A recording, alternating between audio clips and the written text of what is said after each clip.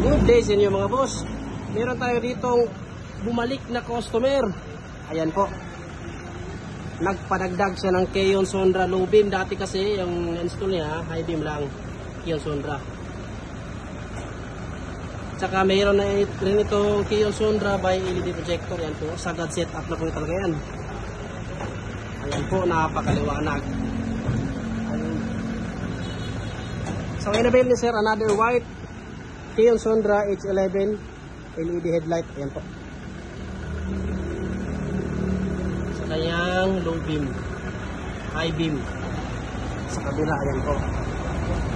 May paglam pa yan.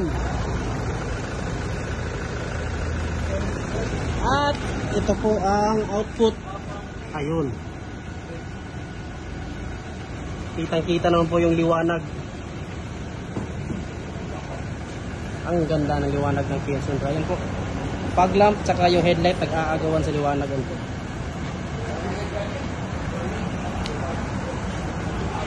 Check natin yung low beam. Fog lamp, low beam. Ayan po. Low beam. Puti, sumasabay ring high beam ng ating fog lamp. High beam. Yes. Okay. So again, Keyon Sonra LED headlamp. Yan po. Available po dito sa Andre Auto Accessories. Mga boss, located po tayo dito sa Diversion Road, Barangpur, Misamis Oriental. Along Diversion Road lang po. Yan po ang ating signage, Andre Auto Accessories. Malapit na po kami sa Welcome Depot. Ito po ang aming signage sa taas.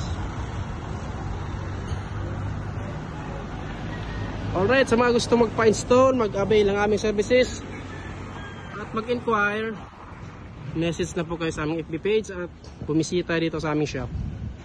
Peace!